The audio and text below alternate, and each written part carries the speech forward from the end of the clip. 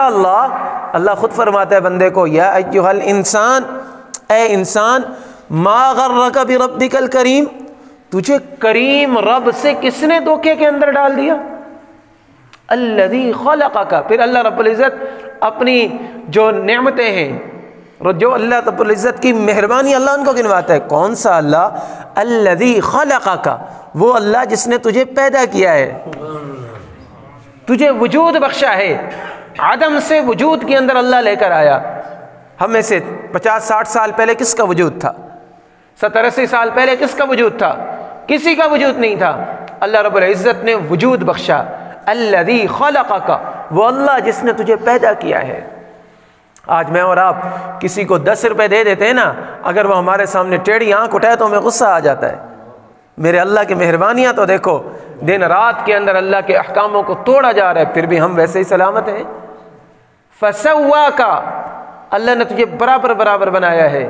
تیری آنکھیں ایسی بنائی، ایسے نہیں کہ کسی کی آنکھ ادھر لگا دی، کسی کی آنکھ گال پر لگا دی، کسی کی آنکھ ٹوڑی پر لگا دی، کسی کی آنکھ ہاتھوں پر لگا دی، کسی کا ہاتھ سر پر لگا دیا، کسی کا پاؤں کونی میں لگا دیا، نہیں، فسواک، اللہ نے سب کو برابر برابر خوبصورت بنایا ہے۔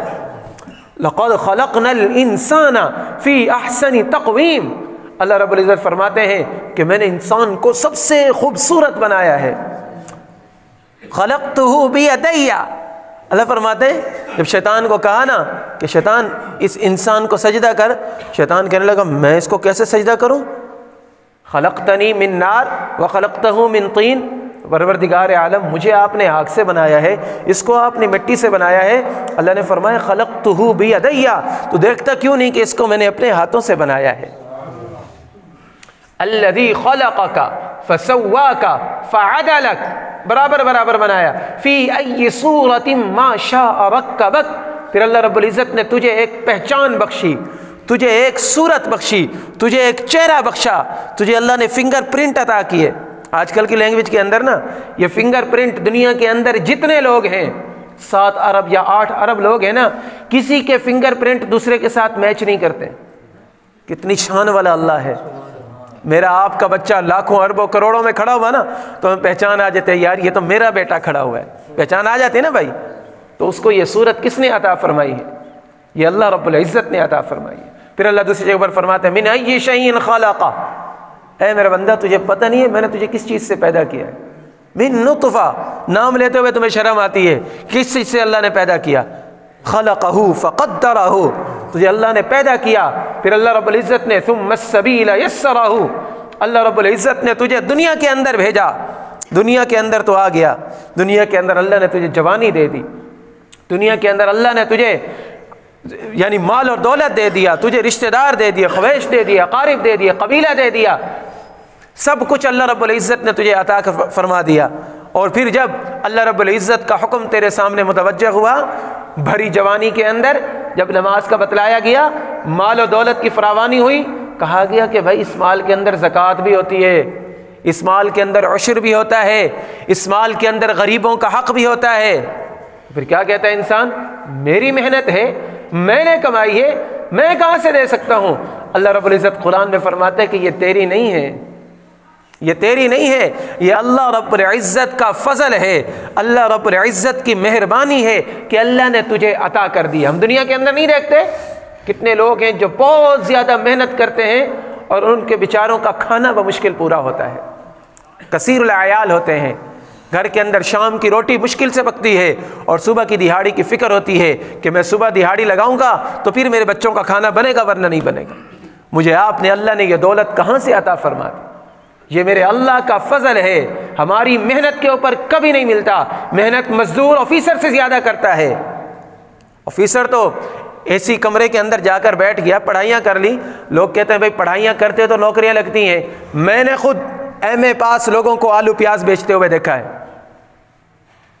گریجویشن اچھے نمبروں کے ساتھ پاس کر کے ان بچوں کو میں نے مزدوری کرتے ہوئے دیکھا ہے۔ میرے بھائیوں، اگر اللہ نے ہمیں کچھ عطا کر دیا ہے تو اس کے اندر اللہ رب العزت کا شکر ادا کرنا چاہیے۔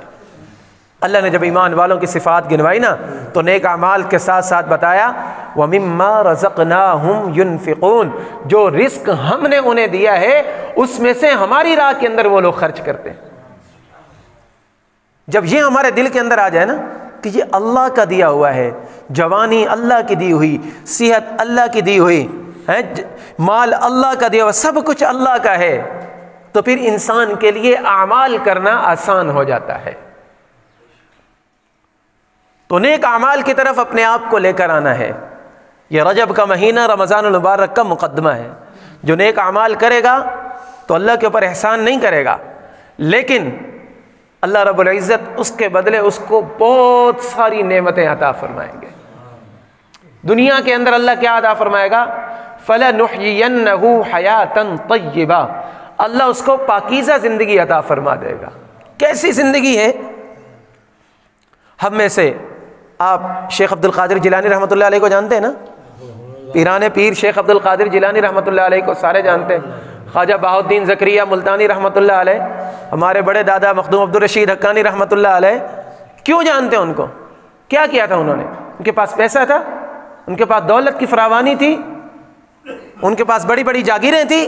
نہیں، انہوں نے نیک اعمال کیے ہیں، مخلوق کو اللہ کی طرف جوڑا ہے، انہوں نے مخلوق کو اللہ کی طرف جوڑا ہے، انہوں نے مخلوق کو اللہ کی طرف لے کر آئے ہیں۔ یہ ہوتی ہے پاکیزہ زندگی کہ آج 1000 سال کے قریب گزرنے والا ہے، آج بھی ہم ان کے نام لیوا ہیں۔ صحابہ کرام رضوان اللہ علیہ مجمعین، ان کا مقام تو بہت اونچا ہے نا، ان کا مقام تو بہت اونچا ہے، دنیا کا کوئی ولی ان کے پاؤں کی خاک کو نہیں پہنچ سکتا۔ میں نے اولیاء کرام آپ کو گنوائے، من عمل صالحا من ذکر او انثى وهو مؤمن فلنحيينه حیاة طیبہ۔ پاکیزہ زندگی مراد یہ ہے کہ سینکڑوں سال اگر گزر جائیں گے، سینکڑوں سال گزرنے کے بعد، ہزاروں سال گزرنے کے بعد بھی ان کا